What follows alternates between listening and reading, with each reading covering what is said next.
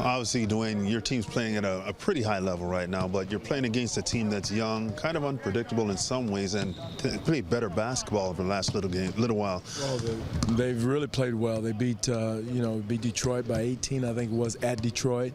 They beat New Orleans at New Orleans. They got beat on the buzzer here by Boston and the buzzer at Memphis. So they've played good basketball in the last 4 games, and again, they haven't been truly healthy for a while. So now they're getting their whole complement of players back. Noel is back.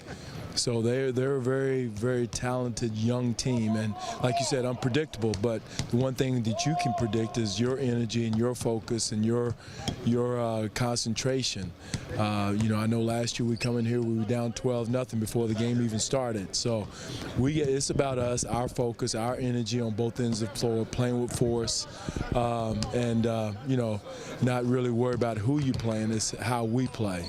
Dwane, we kind of talked about this yesterday. The start that you had in your last game, it was energetic defensively, offensively. How do you get that with consistency? Is it more of a ingrained thing, or is it something that can be brought on through coaching, through talking about it and all? You can talk about it all you want to, but unless guys do it, it's not a buy-in, it's a decision. It's a decision to say, tonight I'm going to come out and be focused and have energy. And if you have the answer to that as an announcer or a coach or whatever, I'll give you big money. A lot of coaches will give you big money to the answer to how you get that consistently. As a coach, you preach it, you talk it, but I don't know if it's a phenomenon around the NBA, but it seems to be contagious. Everybody goes through it. And one thing that you do against a team like Philadelphia, you come out not focused, not concentrating.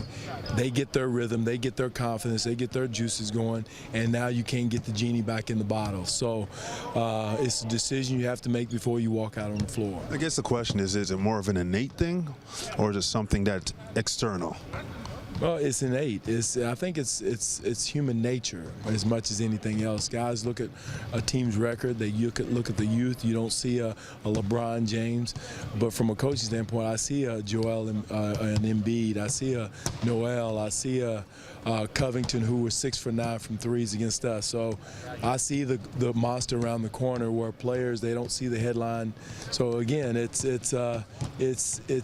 think it's league-wide more than just our team. I think every team in the league, by them coming out, they had Cleveland down by 20 here at home. So everybody goes through it. It's how you come out of it, or how you decide to go into the game is very important. Dwane, you guys have climbed the ranks a little bit in opponents' field goal percentage. You were 26th a couple of weeks ago. You're into the teens now.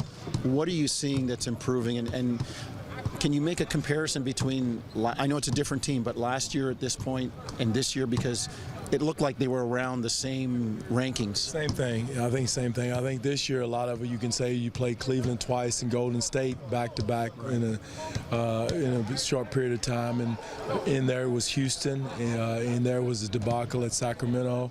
So, but again, last year's approach and the rhythm defensively, the rotations, all are about the same this time last year. Again, we're going to keep preaching it. The one thing that's shadowing it a little bit now is our shooting.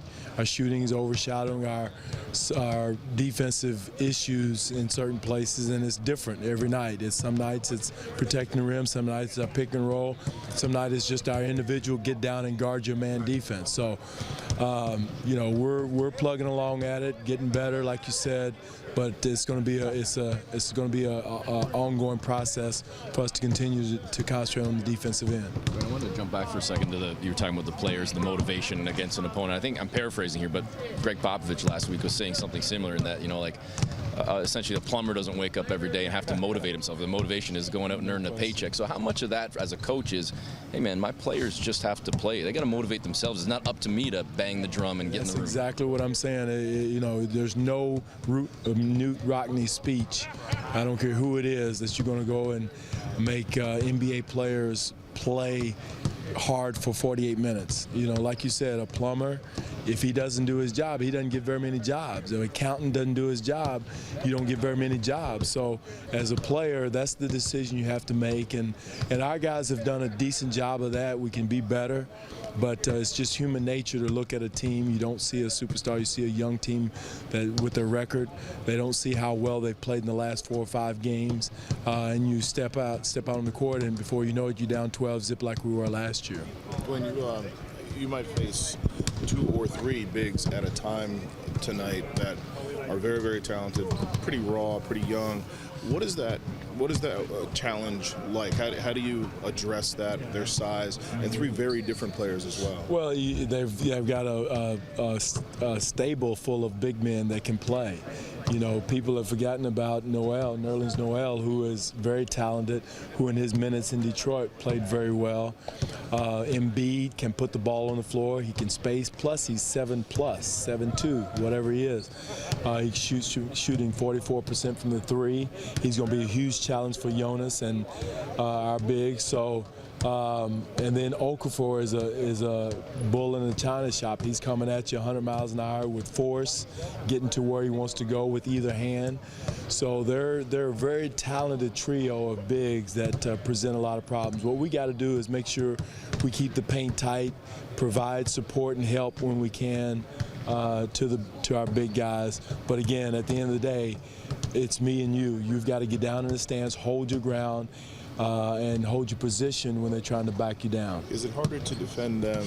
I guess, would it be harder to defend them when they're on the floor at the same time, or when they sort of rotate and they stay fresh? Of course, it'd be very difficult to have them on the floor at the same time. Well, especially with Embiid being able to shoot the 3 and go inside. So if you match him with a smaller man, then he can go down in the post. So playing them together is something we haven't seen a lot of, but they're very capable of doing that. So we just got to go from there.